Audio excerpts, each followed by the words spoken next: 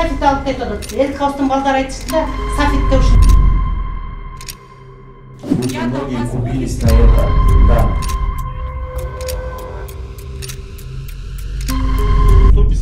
Да? Кайрат Кенжебаев. Азыр мени чакырып алып, бияк айтып атат. Силер регистрация өткөн эмессиңер, чыккыла биякта өзү чакыргандар бар болчу, бул жабык, силер киргенге акыңар жок деп. Как вы думаете, эмне деп ойлойсуңар? Конечно, туура эмес, ким айтып атат? Биз чалдырышыбыз керек да силердин көйгөй же жабык силер, закрытый проблема. Мына мен алып келдим. Мен кечээ уже стоп беспределге чыккан адам дейм. Кетели анда. Эмне деп болсо? Мен өзүм инвалид болсом, эмне үчүн мен ушундай укугумду тебелеш керек? Жок, урматтуу эме, зочиктер, эгер сиздердин маселе жабык каралсын, жок сиз бизге мешать этесиз десеңиз, биз кетейик анда. Ачык болсун. Президентке чейин. Анда биз айталы, Софитстрой менен проблемасы жабык экен, закрытый идет деп, ошондой болот да. Закрытый болбосун, ачык болсун, президентке чейин жетсин. Элкхауска каршы эмеспиз. Эч ким каршы эмес. Ооба. Биз болгон чындык чыксын деп атабыз да, Софитстрой алдаса. Сиз дольщик, да? Жок, журналист.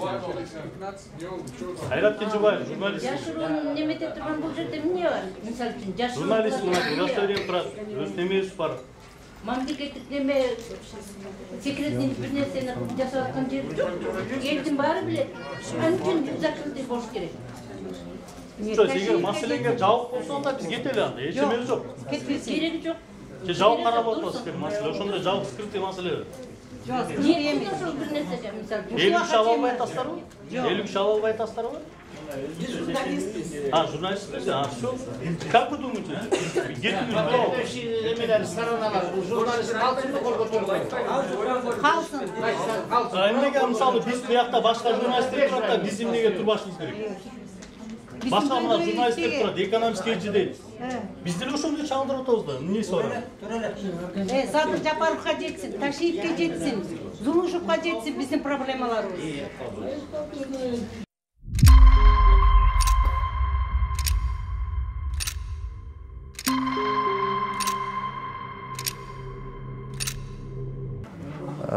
Ребят, я предлагаю начинать уже мероприятие, уже все пришли, я так понимаю. Большинство, может быть, да? Пришло людей, чтобы не ждать. Сегодня гораздо больше людей у нас собралось на нашей пресс-конференции. Здесь мы должны говорить правду и только правду, и ничего личного и личного, я думаю. Ну, наша позиция открытая, мы всегда открыты. Но все бы хотелось, чтобы это прошло спокойно. Мы все люди, все равно мы рано или поздно сядем за стол переговоров, как бы это ни случалось, как бы это ни выглядело, это мероприятие. Если бы мы это мероприятие не делали бы сегодня, все равно это мероприятие было бы завтра, потому что это неизбежность, людей очень много. Нам говорили одно, что людей всего лишь 20, здесь пришло больше, я думаю, 40-45 людей, которые купили квартиры у Софит. Поэтому вчера к нам в офис пришли люди от Софитстрой, которые сказали, что встретились с Софитстроем, поговорили, пришли к какому-то единому согласию по поводу того, что они взяли на себя ответственность, что они никуда не убегают, они будут отвечать за свои последствия, и в скором времени, ну, в какой-то определенный момент, какое-то определенное время они готовы рассчитаться и всем отдать то, что кто что платил, или квартиру, или как это будет выглядеть. Меня не было на этих переговорах, я не присутствовал. Но здесь есть дольщики, которые разговаривали по этому поводу. И рядом с нами банк, Айылбанк, представитель Айылбанка Азамат Солпоев. Рядом со мной мой партнер Алиджан Салихаджаев. И дальше это дольщики. Также здесь присутствуют представители Софита. Присутствуют, нет? Алтынбек. Байке. Ну, да, вот Алтынбек Байке это является сейчас генеральным директором компании Софитстрой, да? Да. На протяжении 1 года.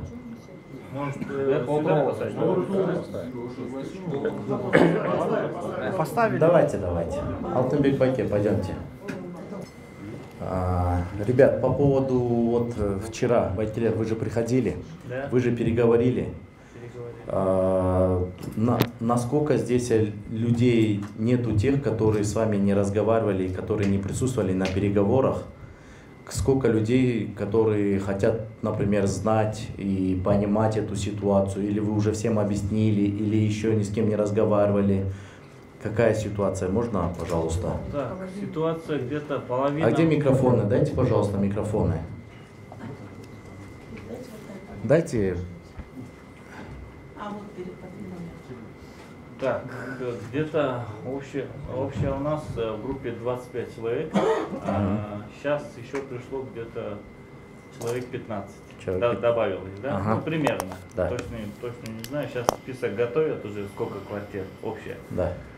Так, по поводу переговоров с хозяином земли, в курсе где-то 25 человек, которые у нас в группе, а которые сейчас пришли, они не в курсе.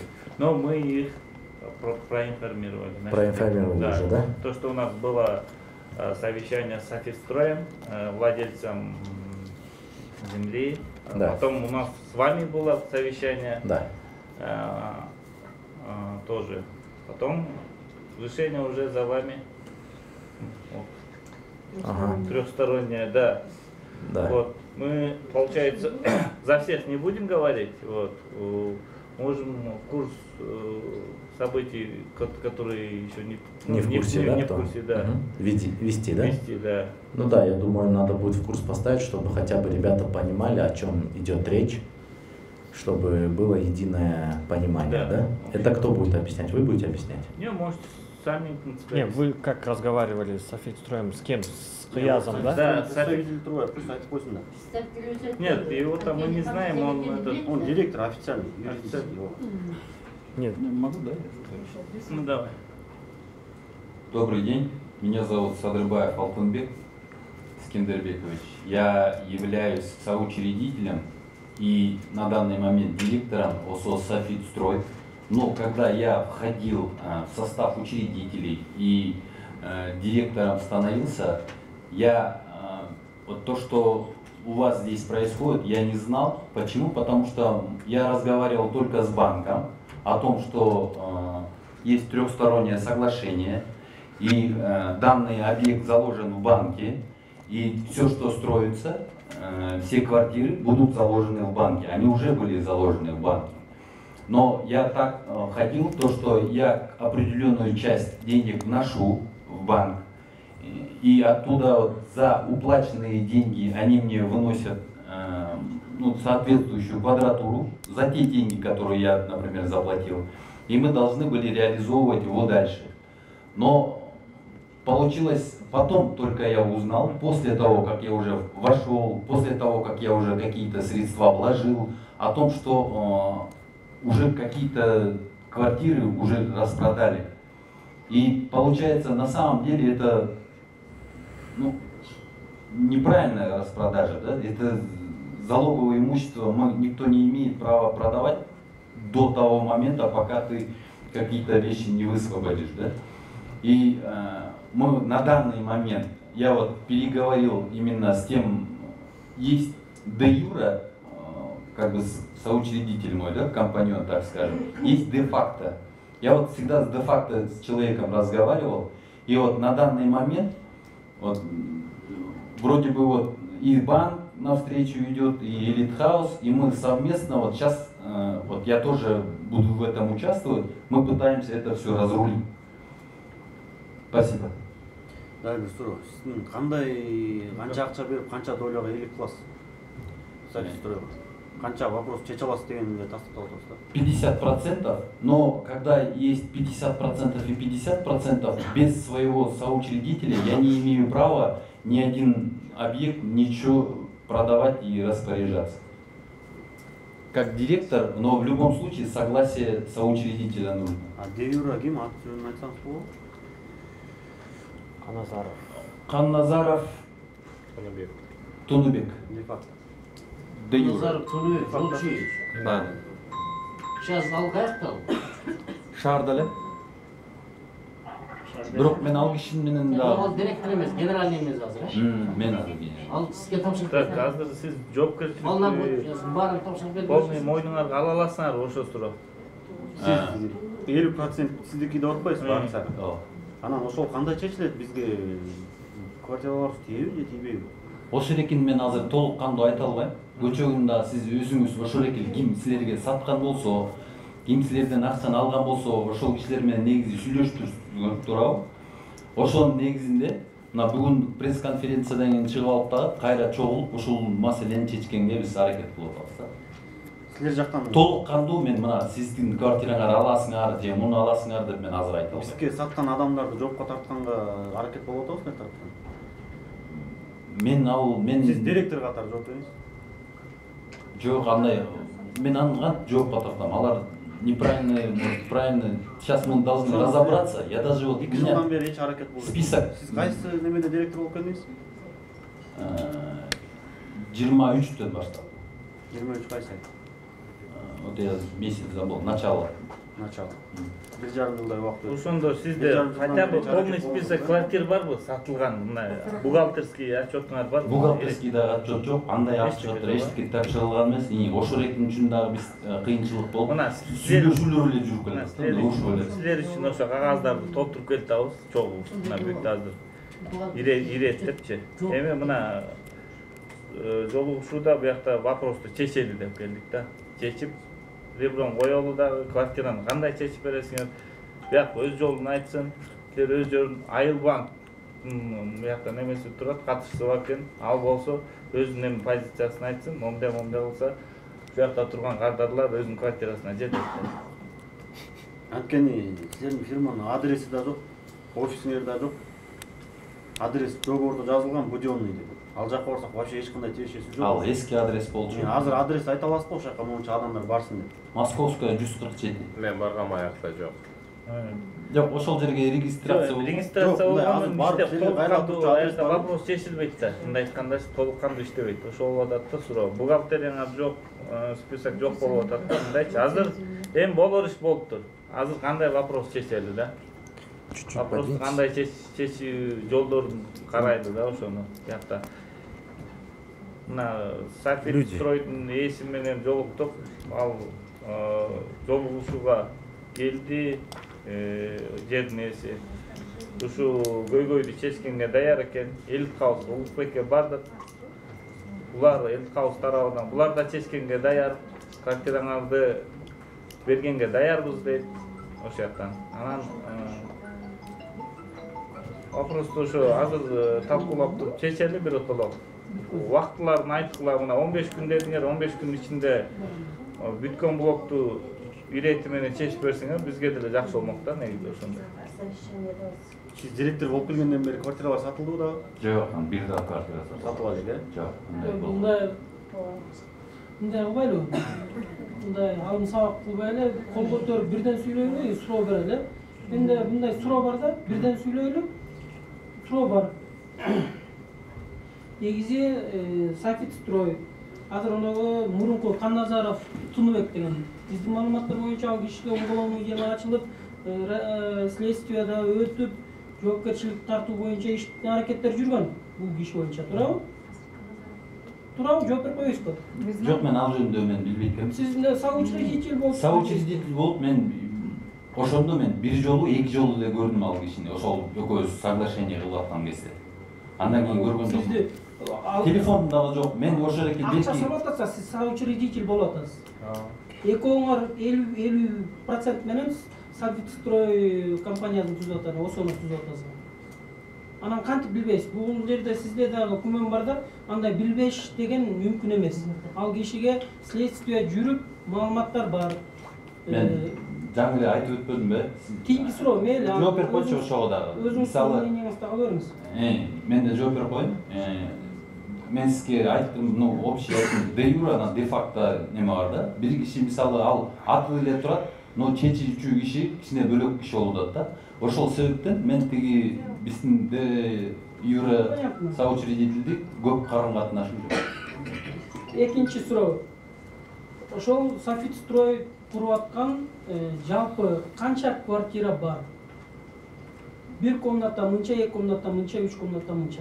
Количество квартир. Количество квартир ошол экил биз соглашение аркылуу биз банктан өткөрүп, элит хаускага какую-то часть өткөргөнбүз. Ошон үчүн мен силерге тап маалыматын мен айта албайм да. Ушундай нерсе эмнеге айта албайсыз? Үчүнчү суроо, кийинки суроо. Кийинки суроо. Сиз бардыгын жашырып атасыз да? Кийинки суроо. Канча келишим бар экен Софитстройдо? Канча келишим тактадыңар? Мындай келишим сиз менен тиги Канназаровдун убагында түзүлгөнбү, ага чейин андан кийин түзүлгөндөр, сиздерден квартира сатып алгандардын саны канча киши? Мен негизи 15-16 эле көргөм. Андан тышкары мына ушул жерде мисалы 40 киши дегенди мен мисалы бүгүн көрүп атам да. Эмнеге тактабайсыңар силер өзүңөрдүн квартираңарды сатып алып аткан кишилерди эмнеге тактабайсыңар? Биз сатып алганда мен эч кимге саткан эмесмин. Биз саткан жокмун деп айтканда, эчтеге саткан жокмун, бүт квартиранын баары турат деп айтылган да. Ушул убакытка чейин мен бир киши менен да жолугуп сүйлөшкөн эмесмин. Кандай жолугуп сүйлөшө албайсың? Өзүң директор болсоң, анан кийин менде мындай суроо да. Мындай, сиз Софитстройдун азыр генеральный директорсуз, туурабы? Генеральный директорсуз. Сиз как генеральный директор катары ошол договор түзүп, жаран менен. Анан ошол жерде квартираны сатканга укугуңуз барбы? Азыр укугум жок. Жок, деги укугуңуз бар. Жок, негизи. Жок укугуңуз, укугуңуз жок. Буга чейин деген Софитстрой договор түзүп, анан кийин этаж үйлөрдөн баланчанчы блок, баланчанчы этаждан сенин үйүң болот деп туруп акчасын алган. Акчасын алган. Значит, ошол акчасын алганда анан кийин келип застройщик да, Элитстрой. Элитстрой келип куруп баштаган.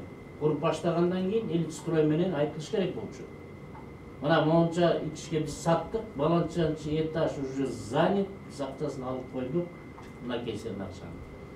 А силер деген получается элдин акчасына деген үйдү салып алып, жерди алып алып, анан эмне монча жыл талада калат. Анан силер отурасыңар, жок мен билбейм, мен эчтеке билбейм, мен жөн эле сиз соочурдуу болсоңуз анда какой доли имеете там, не канча Канча салдыңызбы? Канча процентиңиз бар ал жерде? 50%-тен канча ошону кантип аласыз? Ким берет аны сизге? Ошол экил мен жанагы мен өзүм элем жанагы партнерым менен сүйлөшүлгөн геп болчу да. Ал башында мен кирип атканда, мен сүйлөшүп атканда бир дагы квартира сатылган эмес деп киргенбиз негизи. Мен андан кийин ошон үчүн бир дагы киши мисалы ызычуу салып мен бир-эки эле ошон үчүн мен айтып атам да, бир 15 сымал кишиничи 15 примерно договорду көргөм да. Көргөнсүз, бирок чечкенге аракет кылган эмес. Чечкенге күндү аракет кылабыз ошол жөнүндө. Мына балдар билет анычы, күндү аракет кылабыз. Мен өзүм жалгыз, мен партнерым жок, мен не имею права без согласия соучредителя ошол эле келип тормозить этилип, мына бияк менен да сүйлөшүп, 2 күндүн биринде жолугабыз, 2 күндүн биринде мен банкка барам, ошол экини чечели деп, уже канчадан бери жүрүп, ушул акыбалга келдик да негизи. Түшүндүк, Алтынбек, анан дагы силерде канча бухгалтер бар? Ар бириңер өзүңөр жүргүзөсүңөр. Бир эле бухгалтер бар. Азыр компания мындай Софитстройдун бир эле бухгалтериясы бар. Бир эле бухгалтер. Бир эле бухгалтерия болсо, бухгалтериясы акчаны алып квитанция берип атат. Ал квитанция жарайбы, жарабайбы? Юридический сил имеет или не имеет силерге? Софитстройдун бухгалтери акчаны алып туруп квитанция жазып берип атат. Мына мынча $1000 алдым деп. Юридический сил имеет, конечно. Имеет, да? А имеет это анда сиз кандай билбейсиз? Даже квитанция с печатью Софитстрой фирма. Так, анан неме? Сизге Улукбек мырза. Бул жерде мына менин өзүм отставкадагы милициянын полковник. Менин карындашым ошол жерден үйдү алган. Алгандар деген аны мен билген эмесмин. Мени жашырып койгон да. Эгер жашырбаганда эч башка жок. Өзү инвалид второй группы. Бизнесом не занимается. Тиги жакта кайсы эле? Эми Эми сай жакта 2 комнатты квартира салды. Жап-жашынакай сонун проект менен. Ошону сатат дагы жакыныраак шаарга келейин деп туруп акчасын алдырып жүрөт. Мат одиночка. Мындай адамдарды мамлекет өзү коргоого алыш керек. Толкбек мырза, ана ушундай адамдар эгер бизнесмен болсо дагы мен айтып берем. Эгер бул бизнесмен заниматься этет, Россияда иштеген жылуучу Дордойдон мончу контейнер бар. Алада калды. Сизде чувство, адамгерчилик бар болсо эгерде, мындай адамдарды деген карап коюш керек. Анан кийин мондай Софитстройго окшогон фирмаларды деген тоже жоопкерчиликке тартыш керек. Сиз деген застройщик, анан кийин мен жок, я ничего не знаю, мен только застройщик, я строю, все я сам продам, они сами продадут деген болбойт. И сами прекрасно понимаете, өзүңүз жакшы иштеген менен жүрөсүз. Вас тоже знаю, очень хорошие знакомые в органах. И Берха, право, вы же тоже не сирота. Или кукурузу не охраняете. Поэтому я очень прошу, он один раз ел чакыргандан кийин, сиз, я не знаю, я только строю, я хочу слушать, вы, оказывается, сходили, я это деген болбойт.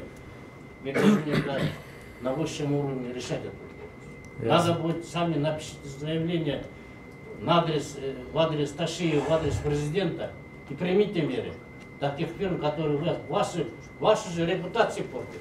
Согласен. Мы будем деген ошону неметип туруп силердин деген фирмаңарды. Вот Элит Хаус, самый лучший фирма по Кыргызстану. Деп барып туруп сиздин фирмаңызга биринчи кирген экен. Кирсе айтып тур, туда пойдете, там запутаете. Ал деген айтып туруп сиздин, вы докажите, что сюда приходите. Это не ответ.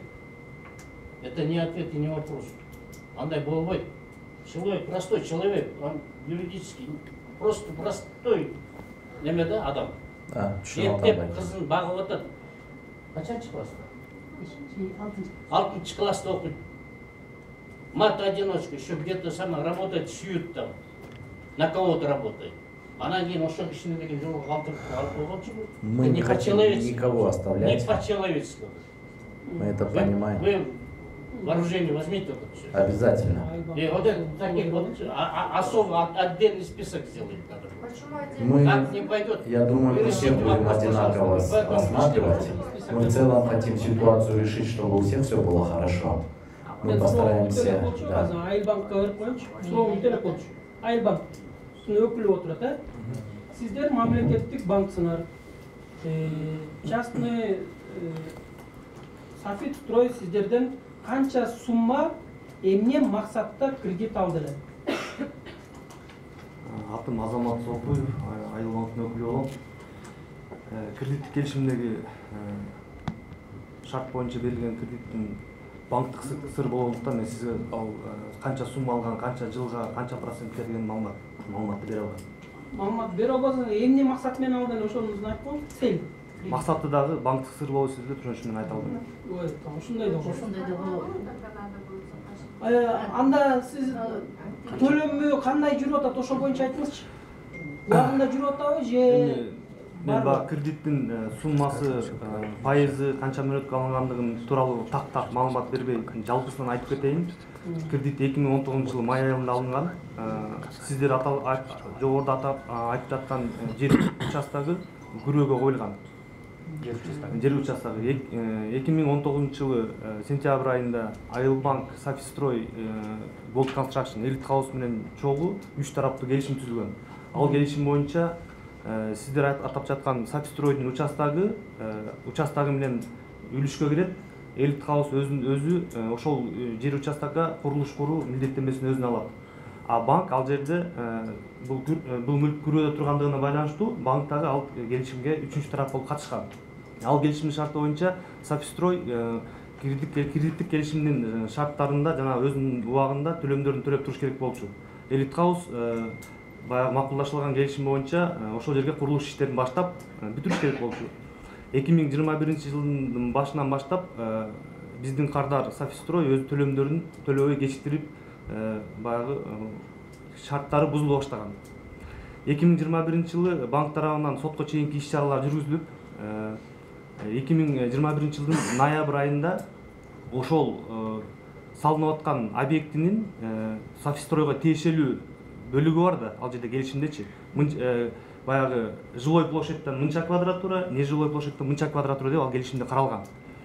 Ошол жерден квартираларды биз сатып, кечигип аткан сумманы төлөп беребиз деген арыз менен кайрылышкан Софистрой 2021 ноябрь айында. Айылбанк тарабынан 4 квартираны сатканга уруксат берилет, уруксат кагаз берилет. Анткени Софистрой ошол квартираны сатып, кечигип аткан сумманы төлөп бериш керек болчу. Бирок 2021 жылы Айылбанктан макулдук кагаздарды алгандан кийин Софистрой тарабынан ошол сатылган квартиранын акчалары банкка түшкөн эмес. 4 квартиранын түшкөн эмес. Ошондон кийин Софистрой Айылбанктын ишенимиштен чыгып, биз 2022 жылы жаз айларынан баштап сот иштерин баштадык. Бүгүнкү күндө иш Октябрь райондук сотунда каралып атат. Айылбанк карызды өндүрүү жана өндүрүүнү күрөөгө коюлган мүлк несебинен жүргүзүү дубарасын берген. Кимди привлекать этип атасыңар?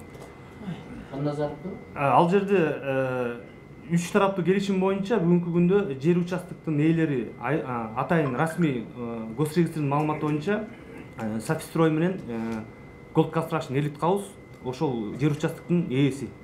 Булар сособственник болуп калышат. Бүгүнкү күндө биз негизги карыз тарап катары Софистройду көрсөттүк. Булардын юристтери да бар. Мен ошол банкта юрист бир бөлүмдүн башчысы болуп иштейм. Биз ошол сот иштерин алып барып атабыз.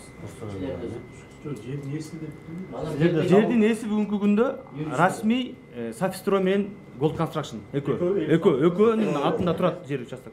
Gold Construction это Elite House. Ушул күндө, бүгүнкү күндө канча квадрат жер, канча квадрат застройка силерде залогдо турат. И ошону чыгарыш үчүн силерге Elite House, Софистрой канча акча төлөш керек квадрат метрине бүгүнкү күндө? Так, бүгүнкү күндө пайызы менен. Бүгүнкү күндө ошол жер участок башында кандай күрөөгө коюлса, ошол күрөө толук бойдон турат. Маалымат барбы? Бизде маалымат бар. Ал маалыматты мен азыр айта албайм. Күрөө кандай коюлса 2019 жыл кирди алып атканда ошол боюнча турат күрөө.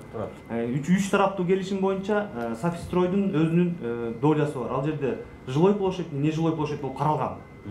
Бүгүнкү күндө мен дагы бул жакка келип таң калдым. Ушунчалык көп адамга Софистройдун өкүлү банкка айтпай туруп сатып жүргөнүндө мен да бул жерден биринчи жолу көрүп атабыз. Биз ойлогонбуз, баягы 4 квартирага уруксат берген боюнча 4 эле адамга сатылган болуш керек. Бирок уже быйылкы жылдын башынан баштап көп адамдарга сатылып кеткен фактылары уже ачыкка чыга баштады. Анткени биз азыр Октябрь райондук сотунда биздин банк берген дуарыс боюнча соттук кароо болуп атат. И параллельно Софистройдон сатып алган дольщиктер дагы Софистрой менен түзүлгөн келишимди мыйзамдуу деп таап берүү жөнүндөгү дуарыстар менен кайрылып, ал боюнча дагы азыр Октябрь райондук сотунун иштери каралып атат. Ошон үчүн бүгүнкү күндө банкта так маалымат жок. Софистрой канча квартираны элге сатып жүргөндүгү тууралуу. Жок, ал сатып берген. Мынча кишиге сатып берген азыр ачыктап турбайбы 50 квартира. Ошону чыгарыш үчүн силерге канча квадрат метрине канча акчадан төлөп чыгарыш керек? Ал жерде бүгүнкү күндө банкка болгон Софистройдун жалпы карызына карап, анан бизге Софистрой так маалымат бериш керек. Канчасын сатты, канчасы калды. Ошо сатылып элек долядан анан биз иск этебиз. Алар бизге айтып атат да, бул сатылган квартираларды, бизге сатылып кеткен квартиралар акчасын силерге төлөп, анан бизге чыгарып берген турат да, силердин макулдугуңар. Ошо макулдугуңарды алыш үчүн силерге квадрат метрине канча акчадан төлөш керек бүгүнкү күндө? Ал маалыматты мен силерге айта албайм азыр. Мен кредиттик карыз тууралуу канча эме төлөш керек мен айта албайм. Ал 3 тараптуу Софистрой, Айылбанк 3 тараптуу болгон үчүн ортоңор отурасыңар да биякта. Эми бул жерде башка адамдар да отурат да. Сиз да отурасыз. Биз да отурабыз, биз кызыктарбыз, биз дагы ошого. Бул кызыктарсыздар, биз да кызыктарбыз. Биз банк берген акчасын кайра кайтарууга кызыктар. Биз да кызыктарбыз. Ошон үчүн биз азыр сот иштерин жүргүзүп атабыз. Биз 3 тараптуу калп айтпасам жумасына 2 жолудан 3 жолдон чогулуп, ушул маселени эч бир тарап баягы жапа чекпегендей болуп, укуктары бузулбагандай баягы жол менен чечели деп аракет кылып атабыз. Бул жерде бирок азыр бүгүнкү күндө бир сөзгө келе элекпиз, дагы деле келе элекпиз. Анткени бул жерде Elite House менен Софистройдун ролу чоң. Банк тараптан кандай чечкенге жол бар, ошону айта кетиңизчи. Бизге банкка болгон карыз төлөп берсе, банк макулдугун берет. Ошол Софистройдун мен ушул жерден кошуп коеюн эми. Мен дагы кошуп коеюн. Мен кире электен мурун Софистройго кире электен мурун банк менен барып сүйлөшкөм. мен момчасын төлөп берейин, ошолго чегерип силер квартираларды бошотуп бересиңерби деп. Ооба, бошотуп беребиз. Мен ошол акчаны төлөдүм. Булар кат жазып берди бизге, айылбан. Ана могу квадратураны момча 201 квадратты алып кетип кирди. Макул деп биз анан кат жөнөттүк, мына могу квартираларды, могуларды бошотуп бериңиз деди. Ошондон бери мисалы айылбан 23-жылдан бери бизге берген жок ал. Биз төлөнгөн акчаны дагы бербей койду да. Бул жерде айтып атпайбы, мурун алып кеткен 4 квартираны деп мисалы ошол жөндө мисалы айтылбайбы. Биз төлөгөн акчаны дагы бербей койду да айылбан. Андан кийин анын кредитный решение бар ошол жөндө. Мен анан кат жазып атам, могуну бербейсиңер, биз сатып кайра ошол кредитти өтүрүп, анан ошол менин жанагы партнерым ошону айтканда, элдерден ошентип кутулам деп негизи. Анан айылбан негизи берген жок да бизге. Бир кат жаздым, андан кийин 2 кат жаздым, 3-чү кат жаздым. Жарым жылдан ашкандан кийин айылбан мага отказ кылып салды. Эмне үчүн? Эмне үчүн дегенде силерге ишенбейбиз дейт. Акчаны алып алып туруп анан ишенбей койгон кичине туура эмесирээк болуп калды да. Бул жерде мисалы сиздер биздерди деле күнөөлөп атасыңар. Мен билем канча көйгөй болуп турат, баарыңыздар да аябай жаман болуп турат. Мен да силер менен жаман болуп турам да негизичи. Мен ушунча кишиге сатылып кетерин же ушундай немелерин билген эмесмин. Мен билсем башта эле ушул жака мен кирбек эмесмин, акча салмак эмесмин, например. Ошондо айылбан бизге азыр деле мисалы ошол жөндө просто эле мисалы мурун алгансыңар деп туруп берип койду да. А ошол макулдашып атканда мурун алганыбызды деле белгилүү болчу да. Уже ошондон кийин анан биз тыгылып туруп калдык да, мындайча айтканда. Эгер айылбан бизге берсе ошол квадратураны биз сатсак, разницасы бар да ал неменин. Разницасына деле ошол айылбандыкында төлөнмөк, ошол эле жана менин партнерым да элдер менен да сүйлөшкөнгө оңоюраак болмок да. Ушунча киши келип ушунча акыбалга жетпек эмеспиз менин оюм боюнча. Рахмат. Менде бүт ошол документтер, ошол каттар, ошол чечимдер негизи бар да. Айылбанкта деле бар. Тактап коюбуз. Алтынбек байке, сиз дагы жана суроого жооп берип кетесизби? 50%-ына канча акча берип бердиңиз эле Софистройго? Ал дагы айтылбайт ал. Мен өзүм менен жана партнерим көбүнчө ишибиз да. Мен сиздерге айтып атам, 50% деп айтып атам. Ал башкасы ал немеси тиешеси жок. Алтынбек мырзанын айткандарына комментарий берип коеюн. Мен жогоруда айткандай 2021 жылы ноябрь айында 240 квадрат метрден турган 4 квартираны 240 квадратта общий. Ошону биз акчасын албай туруп биз Софистройго уруксат бергенбиз. Сатып акчасын банкка салып, ошол кечирип аткан сумманы төлөп берем деген милдеттенмеси боюнча. Ошол квартиралардын уруксат кагазын алгандан кийин үчүнчү тараптарга Софистрой сатып, бирок акчасын төккөн эмес. Жогоруда айткандай, Алтынбек мырза айткандай 2023 жылы Алтынбек мырза бул компанияга уюштуруучу соучредитель катары келгенден кийин жогоруда айтылган сумманы төккөн. Биз бул сумма Софистрой компаниясынын атынан банкка түшкөн. Банк 2021 жылы ноябрь айында берген макулдук боюнча акча төлөнбөгөндүгүнө байланыштуу компания төккөн акчаны мурунку квартиралардын эсебинен алып калдык. Бул боюнча банктын бул иш аракети боюнча Софистрой тарабынан сотко доо арыз берилген. 1 май райондук соту доо арызды карап канааттандыруудан баш тартуу жөнүндө чечим чыгарган. Мындайча айтканда банктын иш аракети мыйзам чегинде болгондугун тастыктаган сот. Эгерде азыр бизде Софистрой мындай болуп атат да, мен айтканча 21-жылы алып кетип жатышат. 23-жылы мен макулдашып атам, макул деп атышат. Мен ошол негизинде кирип атам, мен тиги соучредитель болуп. Анан кийин мен киргенден кийин, биз акча төлөгөндөн кийин, анан банк мурунку немеди төлөгөн алдап койгондун иши да. Ошол чечимдер негизи бар. Ал банк эми чоң банк болсо, ошентип бир сөздөн бир сөзгө секирип болуп кетти го деп ойлойм да, мындай. Негизи айтып атам. Сизге айтылган эмес беле? Айтылган эмес, ошол чечим чыкканда негизи бар да ал чечим. Алдап коюшту ошо эмес. Алдап койду да негизи, ошондой болуп калды. Силер ичара экен да, Софистрой менен эменикичи. Азыр бизге тиешелүү. Сиз 1 жыл иштептирсиз. Мен 23-жылы 2 квартира алдым да.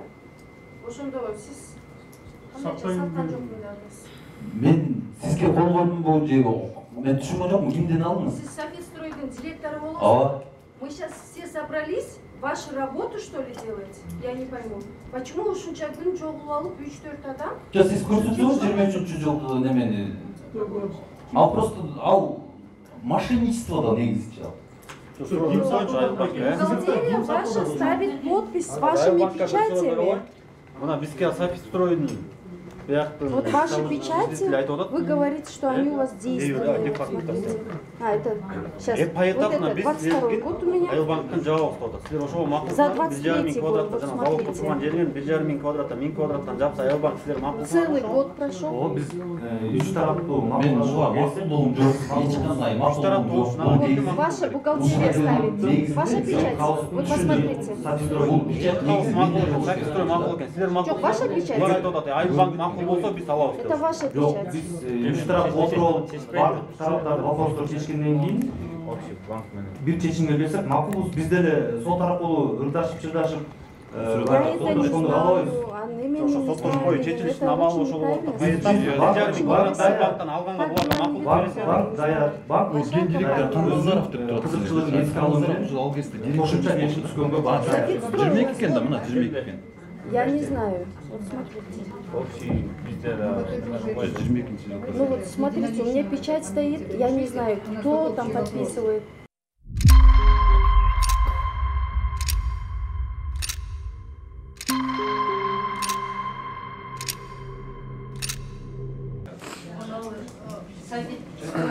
Немесе сіздерге залогқа қойып туралы? Ооба. Залогқа Участокто залог койгон. Залогқа қойды. Залогқа қойған нәрсені Элис хаус алып тұрып сатып жергенде ақысы бар ғой? Ал жерде залогко коюлгандан кийин үч тараптуу трехсторонный договор түзүлгөн. Ал жерде банк, Софистрой, Элит хаус катышкан договор түзүлгөн. Ал договор боюнча ар тараптын өзүнүн укук милдеттемелери бар. Ошол укук милдеттеме боюнча ар тарап тынтыксыз иш алып барса, бүгүнкү күндө мындай учурга келбейт элек. Кантип тынтыксыз болуп атат? Софистрой тарабынан кредиттик келишимдин шарттары бузулуп, бүгүнкү күндө кредит төлөнбөй жатат. Ошон үчүн банкка акчасын төккөн жок. Мисалы үчүн, мунун койгон залогун тигил барып сатканга акысы бар беле? Жок, мен дагы жолу кайталап коеюн, үч тараптуу келишим түзүлгөн. Ал жерде ар бир тараптын өзүнүн укук милдеттеси бар. Элит хаусундагы, Софистройдун дагы ошол салынып аткан объектилерге тиешелүү долялар бар. Элит хаус мага белгилүү болгон маалыматтарга боюнча ал өзүнүн тиешелүү гана долясын сатып иш алып барып аткан болуш керек. Эксплуатациядан өтөлүк. Строить, объект, кантип силер банк залог аласызбы? Арестке. Залог. Мен залог жүрмүш. Жок, биз залогко алып аткан убакта строенияда алып аттык. Жок, машинада эле алып. Жок, машинада жок келсе де баягы жок. Жер апотекасындагы турган үйдүн немесин алып аттык да. Банк. Квадрат турган андай алып аттык. Жок, мен сиздердин сурооңуздарга тактоо берип коеюн, тактоо берип коеюн. 2019 жылы кредит алынган убакта бул сиздер айтып аткан участоктун үстүндө башка курулуштар бар болчу. Ошону алганбыз биз. Андан кийин курулуш жер участок өзүнүн курулушу менен кошо залогко коюлат. Андан кийин ошол 2019 жыл күз айларында Элит хаус Софистрой чогуу жанагы соглашение о товариществе деген келишимге түшүшөт. Ошондон кийин анан снос болуп ал жерге Элит хаус тарабынан жанагы көп кабаттуу үй салынат. Салынбай калса кандай болот?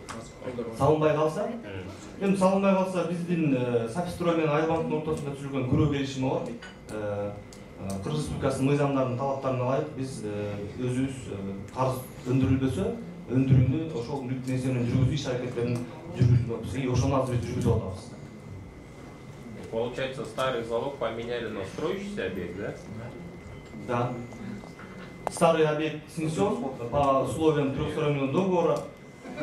Элит хаус на себя взял обязательства по строительству многоэтажного дома, а Софистрой на себя взял обязательства по погашению кредита в срок. Если он нормально погасил, банк любое время дал бы согласие на ввод в эксплуатацию.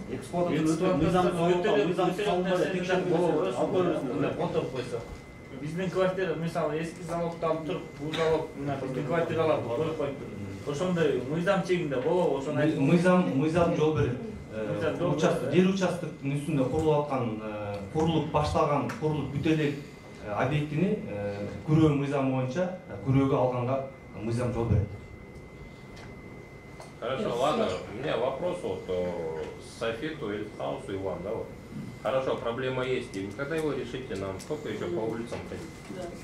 Не, вот сколько уже, вот как кредит стал... Я вот уже год снимаю квартиру по 500 долларов. Кредит как стал проблемным, со стороны банка и Элитхаус и Софистрой несколько раз были встречи. До сих пор, да, эти встречи у нас... Здесь получается, Элитхаус и Софистрой, они должны прийти к одному мнению, потому что здесь идет, у них между собой есть вопросы, помимо кредита, другие финансовые вопросы. Один должен другому еще денег, помимо кредита. Вопрос в этом сейчас. Кто кому должен? А мы при чем? Да, мы при чем тогда?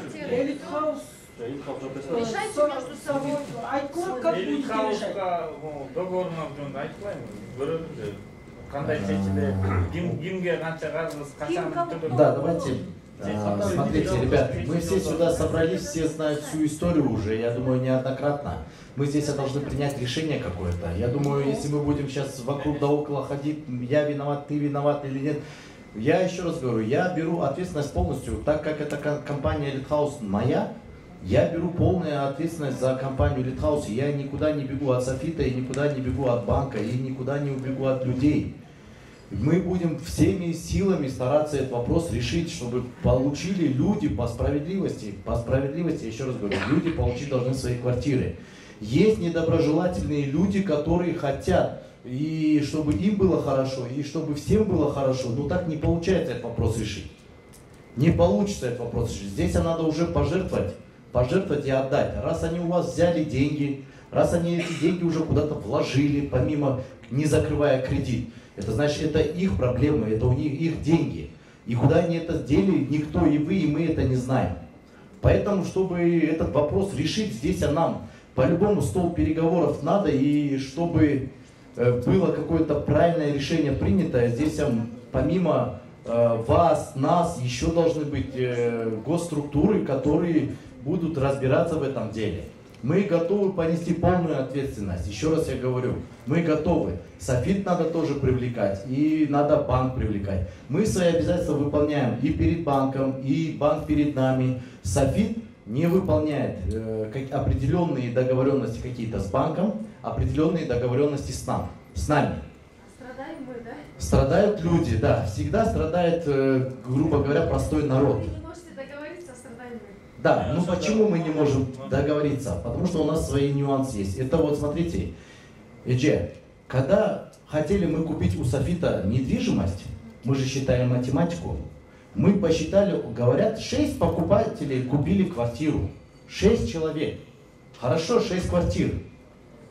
Потом выходят другие хозяева, еще договора выходят. И мы сказали, ребят, Софит, давайте что-то мы куда-то лезем не туда.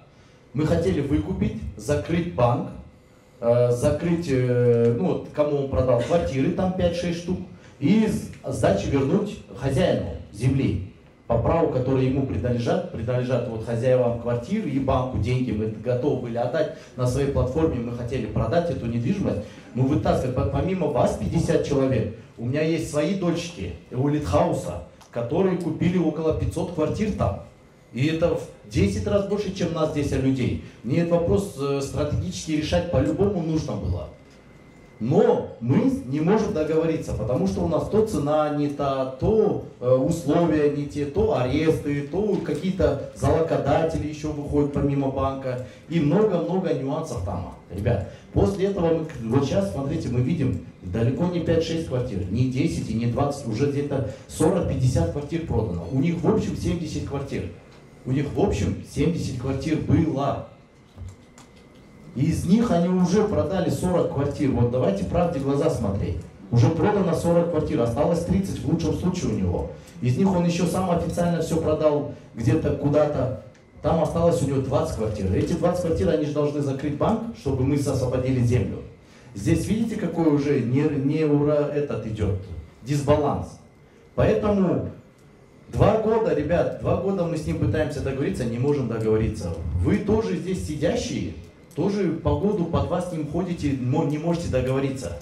То он завтра вам обещает, то послезавтра, то квартиру обещает, то деньги обещает. Вот мы же договорились, вот вчера мы специально... Вот теперь смотрите, вы договорились. Мы привели его, усадили вас вот так. Смотрите, вот теперь мы сели с ним за стол переговоров. Да, вот уже сели. Есть 5000 квадратных метров.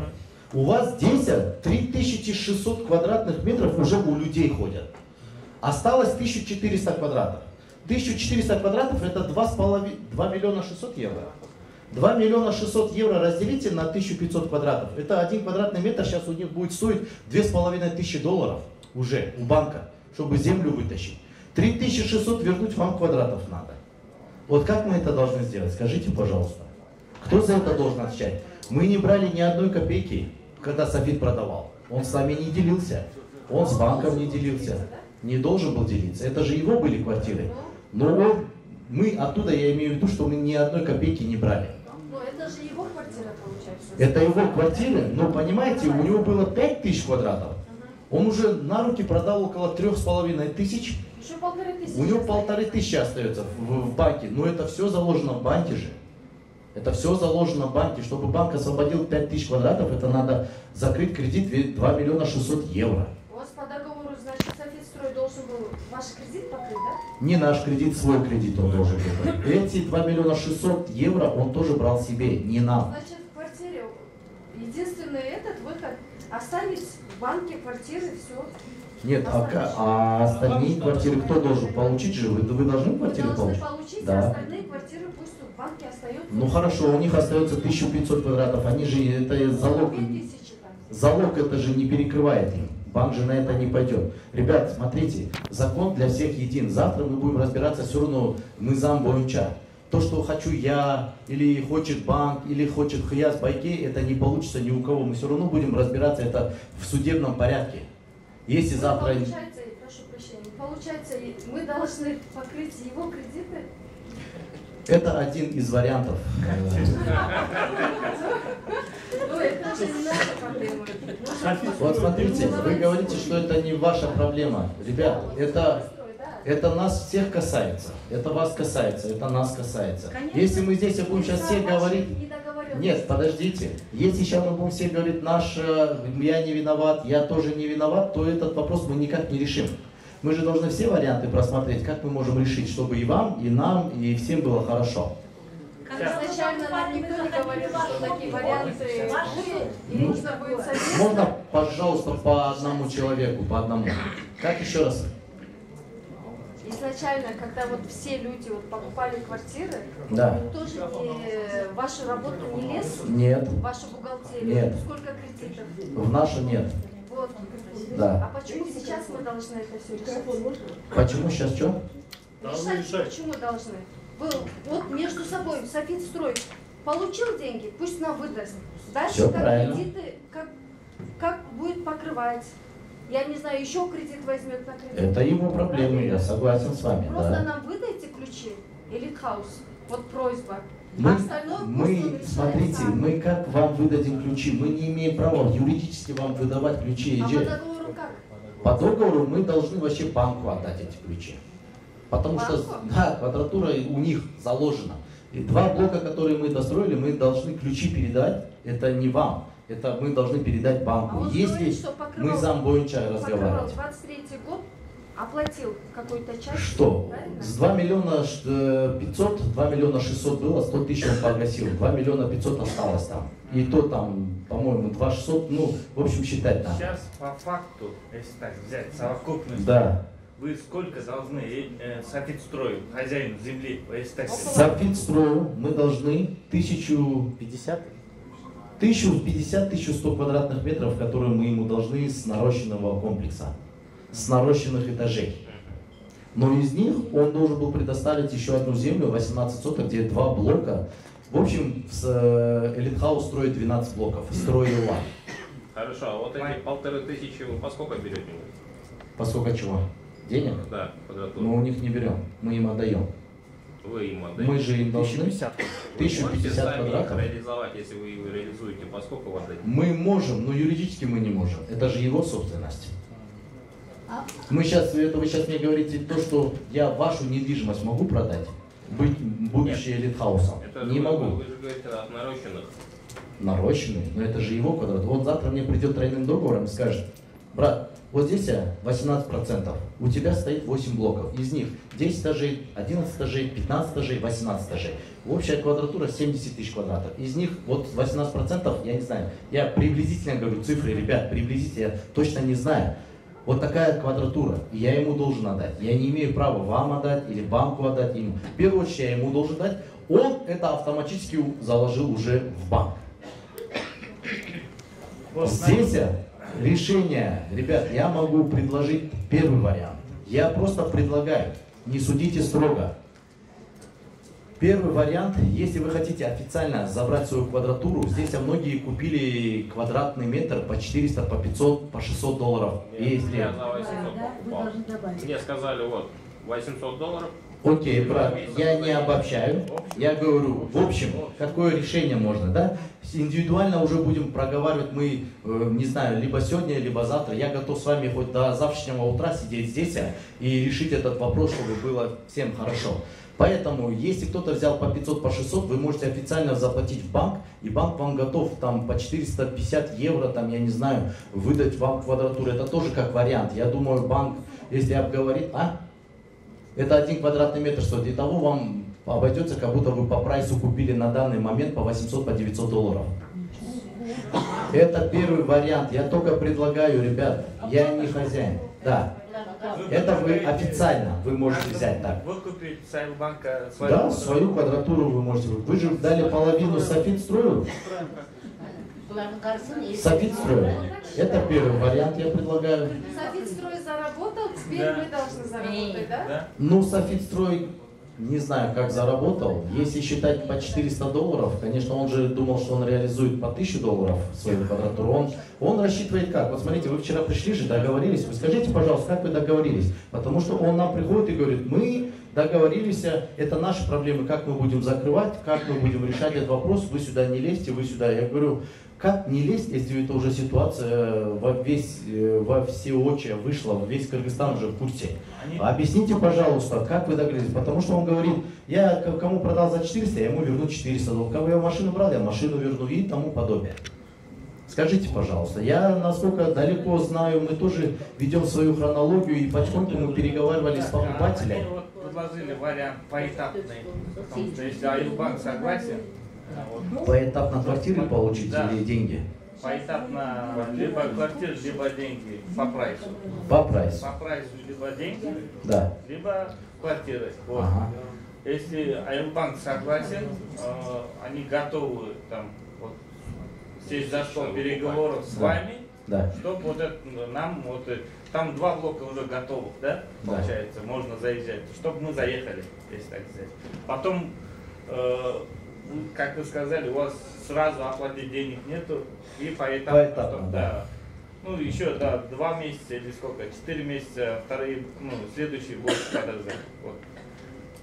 Вы, ну, в общем, вы договорились, что вернете либо по прайсу деньги, правильно? Да, да, да. По 800-900 долларов. Да. Либо он должен квартиру отдать, правильно? Да. Другого же альтернатива джоб.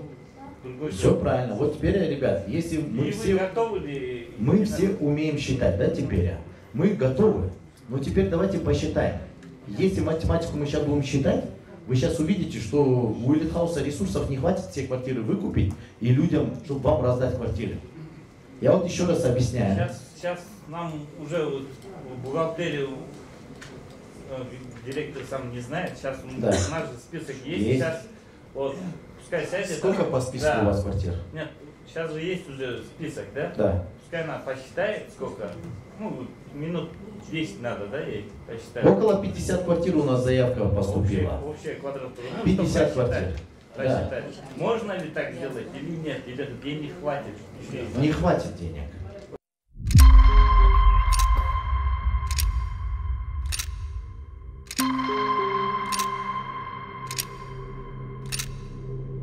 Вот когда мы приходили, почему приглашали ваших юристов, мы когда покупали, ваших юристов приглашали, вы подтверждали, да, у нас земля ихняя, вот сколько-то квартир им отдадим, вы подтверждали, мы поэтому купили. А мы что, не дали? Мы дали же квартиры. То, что вы Элитхаус, который да, не обманет, не это, надеясь на это, мы за это. А так мы отдали квадратуру.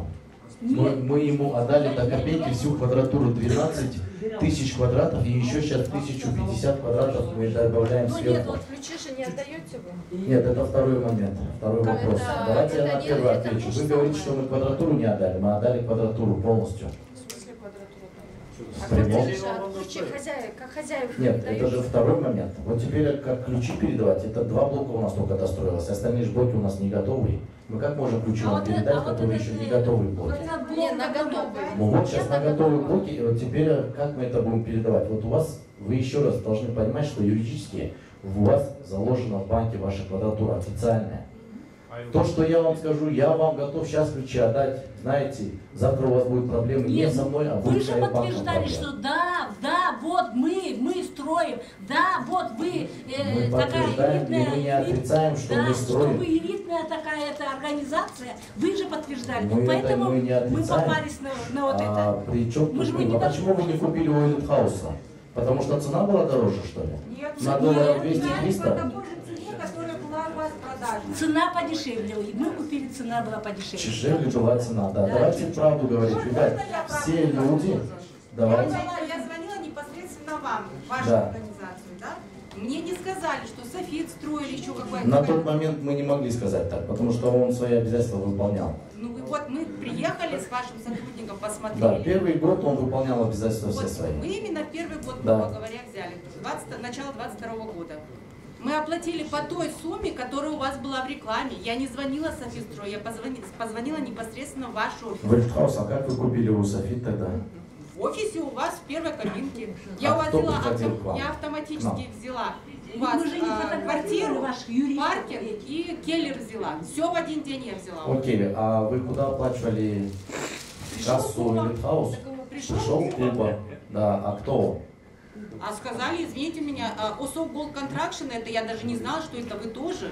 От незнания законов же нас не Я освобождает. понимаю, но я Надо добрала было вот у вас люди, на- от того, что невнимательность была, люди Я там многие у вас в купились офисе на была. это. Да, Но Элитхаус я же не брала может. это по продажной цене, я не Извините, дешевле пожалуйста, брала. у нас 5000 дольщиков, которые у нас покупают недвижимость, которые у нас купили. Из них 50 человек сидят здесь, которые купили у Софита. 4950 людей, они оплатили в кассу деньги. У них есть квитанции Я на даже руках, вашу которые кассу полноценно с оплатила, нас у нас спрашивают тоже есть и полностью с нас берут ответственность. И мы никуда не Смотрите, убегаем, даже стараемся я все обязательства оплатила вашу выполнять. кассу, вашу бухгалтерию, оплатила за Да, паркинг. печати, Вы мне даже договор неправильный дали. Я когда пошла в госрегистр, Чей договор у вас? ваш личный, Элитхаус? Элитхаус. Как могли не дать? Ну, неправильно, да, я вам Неправильно потом в чем?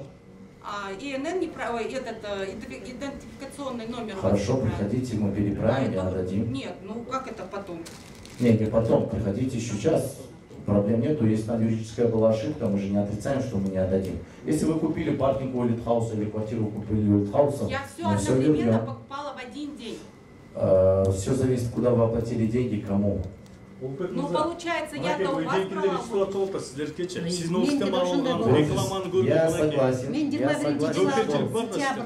Я согласен, что люди все приходили к нам, у нас спрашивали. Я же не отрицаю это. Я не отрицаю. Но теперь, где они купили после нас, вот это второй момент, Ижешки. Информацию вы все получили. Получили информацию у Элитхауса. Но где в конце они купили, мы же не знаем, мы же не можем. Вы подтвердили, Нет, да? это никакая разница. Эдже, давайте сейчас, вы же говорите, что мы виноваты. Мы хотим просто объяснить, что не мы виноваты. Ну мы доверились, вы подтвердили, да? У нас есть Нет, а зачем вы купили у других? Нет, почему у других? Мы Вы не у подтвердили, нас брали, вы не у нас брали, вам договора Они выдали, владельцы вам земли. пришел какой-то парень, как его, Куба, который, да, вы извините, 4950 квартир, которые сейчас приходят, люди у нас делают переоформление, свои квартиры передают дальше, мы же это все не можем контролировать, у нас приходят посредники, Куба продавал через посредника, они приходят к нам на оформление, мы им не можем запускать, нет, не переоформляйтесь у нас, они просто говорят, мы просто посидим, можно мы сейчас с клиентами, мы когда пока не знали, что такое беспредел начался, мы их пускали в офис. Но последние 2,5 года мы туда их не пускаем. Нет, вы смотрите, Вы ни при чем, вы ни при чем. Я же не говорю, что вы виноваты. Мы же не дешевле дешевле взяли. Я не знаю, кто-то купил. Какая Ну вот вы разница? лично взяли. Почему я сейчас должна доплачивать? Мне Куба, монша кишиге Куба сапқан, енді Куба не? Да, Османның Құдай берген. Османның Құдай берген. Софитстройдағы официально естіке іштебейді. Мұрын, мен басып айтып берейін. Мұрын, мысалы, ошерекіл директор Қанназаров өзі доверенность берген оқшайды. Мен ал доверенностьін деле көргенмесін.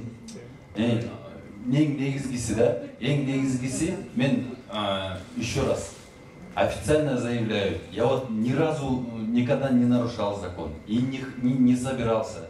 Просто жаңағындай ол біздікілер банктан эле выкупать этип туруп эле андан кийин сатабыз, калган проблемаларды мен өзүм чечем деп алган үчүн эле мен негизи киргем да. Мен бүгүн дагы ответственностьти өзүмөн чечкен жокмун. Азыр мен уже директор болуп тургандан кийин мен азыр эле көрүп атам ушунча кишкеничи. Мен баарыңарды түшүнүп турам. Мисалы биз деле бир бүгүн эле төрөлүп калган жокпуз. Бизде деле кыйынчылык болгон, ар кандай өйдө болгон, ушундай дагы маселелер болгон. Анан мен эч жака качпайм, эч жака кетпейм. Мен ушул балдар менен отуруп, ошо эркил жанагы силерге ким сатса, мен өзүм дагы ошолорго чара көргөнгө даярмын да. Ал өтө эле ушунча кишини алдап, мисалы мен бир да кишини алдаган эмесмин. Могу мен тааныган киши айтса керек эгер мен бирөөнү алдасам. Мен эки күндүн биринде балдар менен сүйлөшөм, мону кандай кылып чечебиз, тигини кандай кылып чечебиз. Банк менен да сүйлөшөм. Банк менен суранам, мисалы мындай кылып туралычы, мындай кылып туралычы деп. Келип туруп эле анан кийин какалабыз да. Же жанагы Улукбек мырза айткандай бир жери жакпайт, же бирдеме болот. Мен өзүм жалгыз 50% менен эчтекени сатканга укугум жок. Согласие соучредителя керек. Ошол согласие соучредителя негизинде гана бирдемени реализация кыла алабыз да. Мен башынан эле ошентип айткам, азыр деле ошентип атам. Мен өзүм киргенден бери мен өзүм бир нерсеге да кол коюп, же бир жарымда договор саткан жокмун да. Мен ушул жерден Улукбек айткандай мен да качайын деген ниетим жок, бир жерге качып кетейин же бирдеме кылайын деген. Мен баарыңардын көйгөйүңөрдү түшүнүп турам. Мен бүгүн дагы азыр чыгып туруп вообще бөлөкчө сүйлөшөм, уже ультиматумдар менен. Анан кийин чогуу чаран бул жерден менен эле зависит этпейт. Ушул чечилиш. Элит Хаустан дагы зависит этет, банктан дагы зависит этет. Үчөөбүз кайра чогулуп, мен тигин дагы желкеден алып бирдемени алып келип сүйлөшкөнгө мен ошого милдет берем да. Партияңызды алып келбейсиз сүйлөшкөнгө ошо. Келем деген азыр негизи келем деген. Келбейсиңер, анан башка мүлктөрүңөр деле бар деп атпайсыздар. Ошону жетпейсиңер маселе. Сиз генеральный директор катары Қанназаровды монша акчаны алып коюпсуз. Монша киши мени келип жеп атат. Келиңиз, ушул вопрос чечейли деп анан кийин эгер сиз айтып атасыз, менде бухгалтериянын эч отчету жок. Монша кишинин деген договордун копиясын алып чогултуп анан Қанназаровго көрсөткөнгө аракет кылдыңызбы? Мен ушунча кишкенин билген жокмун, мен айтпадымбы? Анда аракет кылыңыз. Обязательно аракет кылам. Ушул жерден мисалы мен список алам да. Монша договор турат. Монша акча алган экен. Достаточно дайындап. Азыр гарантия бере аласыз. Эч керек, ошол аракет кылбай атпайбыз. Гарантия эч бере албайм. Мен андан зависит этпейт, мен сага айтпадымбы? Менден эле зависит этпейт да. Мен бир тиын албасам, негизи ушул жердеги кишилерден мен дагы заявление. Алтынбек байке, сиз деги монда акча берип кирип атасыз долягачы. Анан элементарно акт менен передача болгон жокпу? Вот сенин доляң момча, вот столько твоя квадратура, вот это твоя, да? Общий карыз. Общий карыздан мисалы бир дагы неме сатылган эмес деп киргенбиз да. 15. Ошондо мисалы ал мен бухгалтер эмес, болчу. Ошондо пустой компания деп киргенбиз да. Любой киргенде деле акт прием передача болот. Акт прием передача, документацияда киргенде, учредительные документы, какие-то отчеты бухгалтерские, болду башка калган нерсе берилген эмес да мага. Тут даже элементарно, когда с работы увольняешь, вот ручку отдаешь через этот прием акт передачи. Азыр ошол соучредительный үстүнө арыз аласызбы? То, что сизди алдап туруп киргизген үчүн. Ушунун баарын айтпай киргизген үчүн. Ошону сүйлөшөм. Эгер азыр макулдукка келе албасак, мен жазам.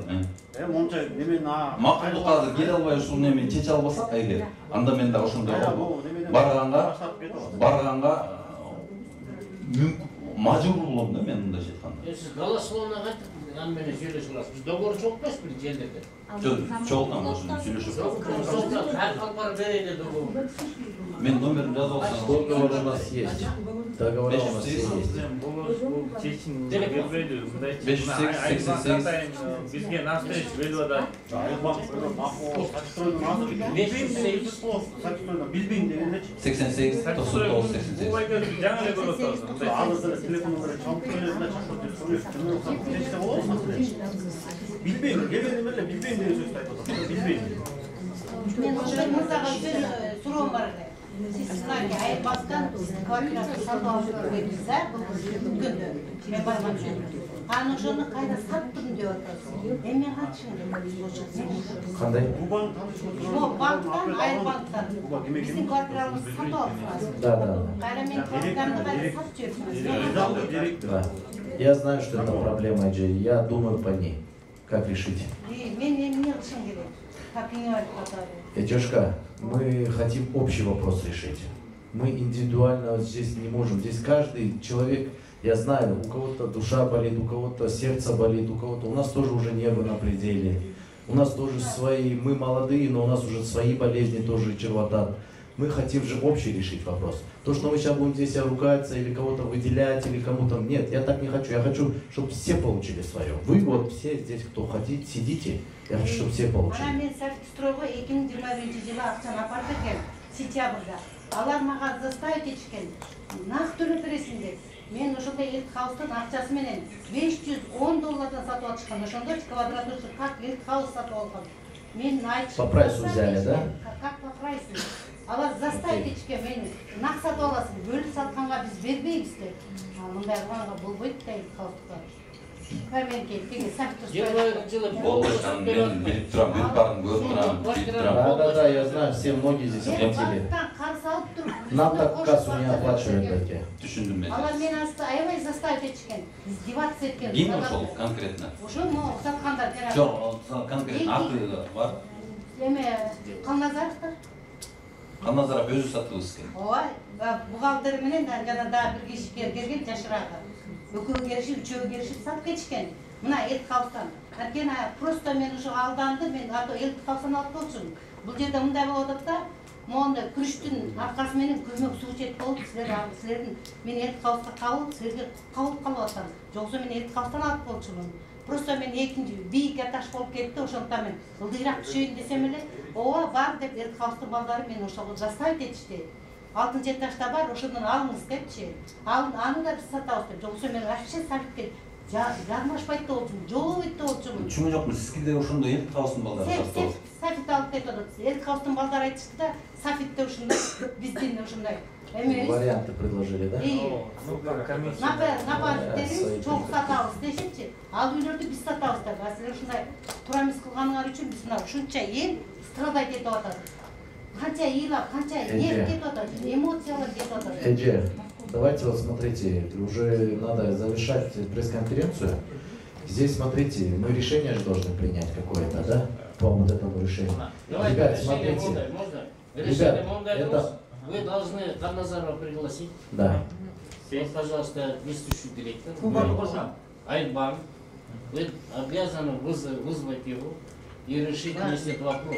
Это не вопрос, что там пойдете там банк, он что там нужно перебрезно, мы готовы. Вы пригласите. Мы обязательно. Да. Смотрите, ребят, вот и вызовите. мы уже 15 раз собираемся с Хаязом, со всеми.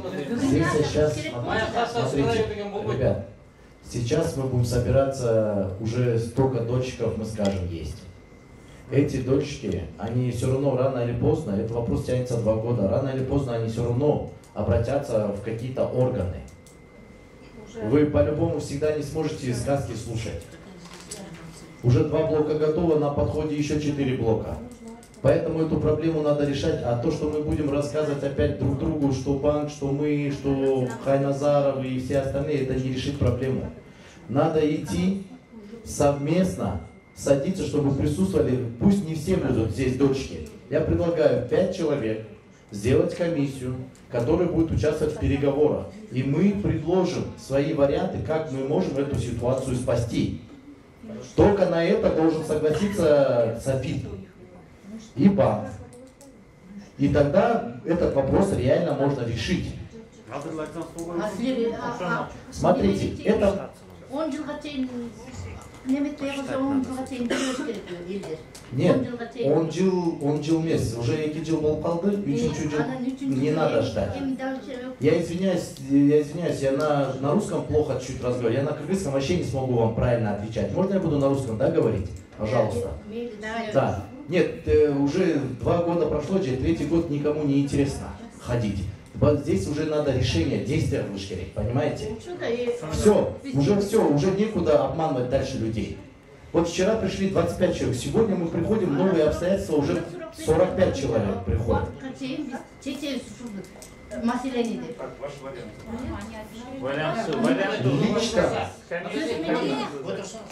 Вот эти квартиры, которые вот здесь вот пострадали, да? Они сейчас сатылбаш керек. Они должны продаваться. Они не продаются. Спорные квартиры, они уже не продаются. Уже не продаются. На протяжении 1 года они не могут продать. Сохраняться до тех пор, пока этот вопрос. Все правильно. Они не проданы. Если они продадите ваши, значит, они не смогут продажи, да? Значит, они будут крайне. Мы их тоже будем привлекать. Мы всех будем привлекать, кто ответственный. Да. Вот это решение, пожалуйста, давайте подытожим, да? Куба сылтаган жакта. Мен билбейм балки каякта.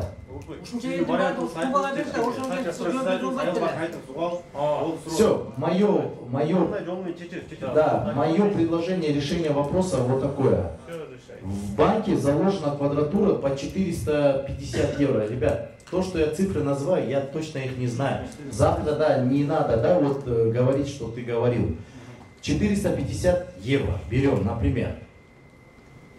Мы должны эту квадратуру реализовать, чтобы вы свою получили квадратуру и банк свой кредит закрыл. И нам освободил землю для наших покупателей, которые есть еще у Элитхауса. Вы про них тоже не забывайте. Они такие же люди, нуждающие, которые купили квартиры. У нас тоже за них аманаты висят на наших плечах. Только на наших Элитхаусах, не на софитовских, конечно, или на банковских. Поэтому в целом, чтобы этот вопрос решить, мы должны сделать комиссию. 5-10 человек точков, чтобы слышали наши переговоры. Мы сядем и начнем поэтапно. Этот вопрос мы быстро не сможем решить. Надо будет по-любому время, чтобы это решить. По частям будем покупать. У банка будем продавать эту квадратуру. Людям будем либо деньги возвращать, либо эту квадратуру будем возвращать. Одно из двух. Вот мое предложение. Будем брать у банка по 450 евро, будем продавать по 800, по 850 долларов на рынке и перекрывать вот так вашу квадратуру. А разницу, если останется, мы отдадим Софиту. Если останется. Я боюсь, что, конечно, ее не останется. Вот это самое основное решение вопроса. Другого, я уверен, что этот вопрос не решится. Почему мы вытащили этот вопрос уже на такой масштабный вопрос? Потому что мы знаем, 2 года мы уже этот вопрос не можем решить. 2.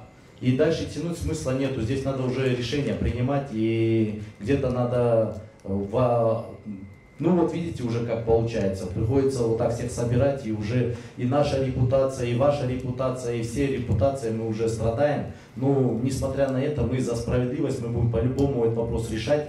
И мы хотим, чтобы он решился благополучно для всех. Поэтому мы будем идти до конца, ребят. Но здесь уже не без вашего участия. Еще раз я говорю, если мы сейчас будем все здесь говорить, нет, это я не виноват, мы не при делах, это не наша ответственность, то этот вопрос дальше будет также тянуться опять. Вы будете встречаться и говорить, и опять у вас будут такие же проблемы, Эртель. Алтынбек байке, Софистрой макул кылабыз ба? Поэтапно. Поэтапно, блок менен берген элдерге макул кылабыз. Ушунча көйгөйдү, ушунча киши турган мен любойго макул болом. Эң негизгиси, например, биз эмнеден башташыбыз керек? Ошол эле биз төлөнгөн акчаны, например, банк берсе, ошону реализация этип баштасак деле, ошондо эле жылып баштайбыз да. Андан тышкары мисалы Улукбек айткандай дагы төлөп, ана көбүрөөк квадратураны алып туруп, дагы реализовать этип неметсек, ылдамыраак жылат го деген ойлодум да. Просто бизге дагы берилбей калды да, мүмкүнчүлүк дагы берилбей калды да ошондо. Софистройдун колуна берип кереги жок деп ойлойм. Де факто учредителиңиз макул болбогон, бугачы, муну боюнча көчөрүңүз сүйлөшүп чечкенбиз. Анан сиз өзүңүз жана 50% алып алып анан дальше өзүң кетип калбайсыз да андай. Жок. Ушунча кишиге мен мисалы ушул жерге кетмек бүгүн келмек эмесмин эгерчи. Наоборот 50% алып алып мен кой кетип. Жок мен ушунча кишиге келип алып ушунча сөз берип алып мен качып каяка барып качып. Мы же здесь стоим. Мен берге жашайм, мен берге балдарым жашайт. Мен каяка экенин сен билесиң. Окуучу бардым, сен өзүң берип атасың. Мен ушул жерге жашайм, эч ким менен качкан жокмун. Бүт барыңар менен сүйлөшүп ушул көйгөйдү чечкенге мен даяр.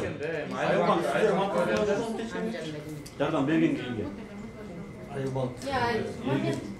Вы нам предлагаете сейчас еще поверх двойную сумму оплатить? Нет. Они реализуют ту площадь, которая у них еще осталась. По рыночным ценам. И поэтапно. А на квартиру у нас таки останется, да? Да. Азыр Софитстройдун бухгалтериясы как алсак болот? Можно еще один вопрос? Вы сказали, 70 квартир будут реализовывать Софитстрой, да? Где гарантия, что 70 квартир продали по одному хозяину, потом еще двойных хозяев? Нету гарантии. Нету гарантии. В этом случае как вы будете закрывать? Вы же говорите, какое у вас решение? Я надеюсь, что здесь все уже присутствуют, уже 45 человек, 50 человек, если еще и больше, то это вопрос еще будет усложняться. Вы же это понимаете прекрасно и без меня. Мы проанализируем этот вопрос, кто чего должен, и оттуда будем исходить. Не дай бог такого, чтобы было больше, чем 70 людей. Бүгүнкү күндө Айыл банкка канча квартира кимге сатылганы тууралуу маалымат жок. Ошол маалыматты Софитстрой менен Элит Хаус тактап бизге биринчи ошол список бериш керек. Биз да өзүбүздө договор боюнча тактайбыз. Андан кийин Элит Хаус менен Софитстрой экөө макулдашып туруп бир чечимге келишип, анан ошол бир кат менен банкка сунуш менен кайрыш керек. Ал сунушу банкта атайын коллегиальный органдар бар. Ошол тиешелүү коллегиальный органда карап, канчалык деңгээлде банктын кызыкчылыгы, ошол эле учурда тараптардын кызыкчылыгы эске алынуу менен анан кийин чечим кабыл алат. Мен алдын ала азыр мындай чечим же тиңдей чечим кабыл алат деп айта албайм, анткени ал коллегиальный орган деңгээлинде чечилет. Биринчи банктын кызыкчылыгы, андан кийин элдин кызыкчылыгы экен да, эми түшүнүктүү. Сөзүн айтышкан эки тарап макул болуп берсе биз макулбуз деп атабыз. Азыр эки тарап макулдашып сунуш менен кайрылат, ал сунушту коллегиальный орган карайт. Мен азыр бектен булар эки тарап берген любой сунушуна банк макул боло берет дегенден алыспын. Биз дагы бул жерде банк аятатына 1,5 квадраттан алып отурса силер макул бересиңерби ошо? Жок, биз ал жерде айтып коеюн, бардык вопростор тактап туруп, банк чогуу чечкенге барат. Биз деле тырышып тура албайбыз. Биздеги эң негизгиси банктын кредити жабылса эле болду. Ал жерде банк ал квартираларды алып калып же жер участканы алып калып, аны бирөөгө сата турган мекеме эмес. Банкка берген акчасын кайра кайтарыш керек. Вы потом не потребовали, чтобы они полностью погасили кредит? Жок, ал бул жерде азыр биз буга чейин деле сүйлөшүү жүргүзгөнбүз. Ал жерде банк определенный бир убакыт бергенге даяр. Анткени бул жерде кичинекей сумма жүргөн жок. Бул жерде чоң сумма бар. Бул жерде чоң сумма, карыз чоң сумма, бул аз сумма эмес. Канча жылга алдым деле? Ал боюнча маалыматты эчеке мен бере албайм. Бул банктын сыры болбойт. Жок, бул жерде мындай да мен жана списокты тактап бергиле деп атам да, анткени эртеңки күнү бир квартираны же бир нежилой помещенияны сатыш үчүн ошол эле Элит Хаус же Софитстрой банктан макулдук тапшырат, согласие сурайт. А бизде так маалымат болуш керек, чтобы сиздерге сатылган участок, эме квартира бирөөгө сатылып кетпеш керек, двойной продаж болбош үчүн бизге ошо списокты бериңиздер. Андан кийин бул жерде эң негизгиси Софитстрой бизди алдабаш керек. Жашырып бирөөгө сатып койгон алдап койбош керек, анткени үчүнчү адамдардын укугу төлөнүп калат эртең күнчү. Жана эки двойной продаж болуп кеткен ошондон болгон. Ошо комиссия создаваться этчиси мына могу дольщиктердин арасына. Бизде контролдойду. Улукбек байкебиз айткандай Софитстройдун колуна акча берилбесин, ошол жактан квартиралар биринчи дольщиктерге берилсин. Андан кийин в первую очередь закроются люди. Хозяин землеге бергенге. Сиздер даяр экенсиңер. Ошол сатылып элек площадь такталса, анан ошодон исхат этебиз. Ошол площадьтын канча калды и карыз акчаны карап, ошону бөлгөндө ар бир квадратуранын баасы чыгат да. Анан жанагы Улук мырза айткандай, бул жерде Софитстройдун жанагы де факто жүргөн учредителдин экөөнүн ортосундагы аласа бересеси бар да. Ошол нерсени булар келишиш керек, ошол нерсе. Бизди кармаган нерсе ошол болуп атат. Ачык эле мен айтып коеюнчу азырчы. Бул жерде жанагы Гиасиндин Арзыкулов деген байке менен бул кишинин ортосундагы эмне болуп калып атат. Мы не берем 18 соток, Мы отказались от 2 блоков, которые не будем строить. Да, там уже все. У нас с ним нету спорных вопросов. С Софитом у нас нету спорных вопросов, у нас нет. А уж Бериш у нас тоже нету. Все, хорошо, по времени когда соберете нам встречу с ними? Мы готовы хоть завтра. Хоть завтра. Завтра, да? Комиссия, комиссия идем вместе. сколько времени решит? Да. А? Айлбанк, комиссия же решит. Это каждую неделю заседание. Бизге Софистройден элит калыс официально кат менен списокты бериш керек. Жанагы Софистройдун общий долясын ичинен боюнчасы сатылып кетти. Баланча Все, 15 күн жетеби ошо комиссия общий договор булар бир жума жетпей неме айтып берет. Комиссия канчада бир чогулат Айлбанктын комиссиясы? Ал биздин өзүбүздүн внутренний ички документтердин талабы боюнча чогулат. Биз аны неачыргыбыз эле чогултканга барабыз. Ал не обязательно что бир жумада бир жолу. Биз вопрос аябай орчундуу болуп атса биз суранып неачыргыбыз заседание өткөрүп берилип суранабыз. Бул жерде вопрос канчалык деңгээлде Софит менен Элит Хаус бир сөзгө келип такташып туруп, анан расмий банкка кайрылгандан зависит. Анткени буга чейин эки тарап көп жолу кайрылган. Бирок кайра эле кайрылгандан кийин эле 1-2 күндөн кийин бирөөсү оюнан артка кайтып эле башкача сунуштар айтып. Силер тараптан мындан кийин болбой кандай? Задний не будет, да? Мы все посчитаем, братья. Если все будет по-честному, по справедливости, мы заднюю никогда и не давали. Мы заинтересованы, чтобы этот вопрос решился. То, что просит, не получите. И Софит. Вот да. тогда вот вдвоем смотрите, должен же, да, нет, мы готовы, но мы же должны все оценивать здраво, правильно? Если сейчас мне Софит сядет и будет говорить по 1200, по 1300 покупай мне, а я продаю сам по 780, по 770 долларов, я это как реализую? Проблема вся та, что мы не можем договориться по цене, у нас цена в каждый раз растет у Софита.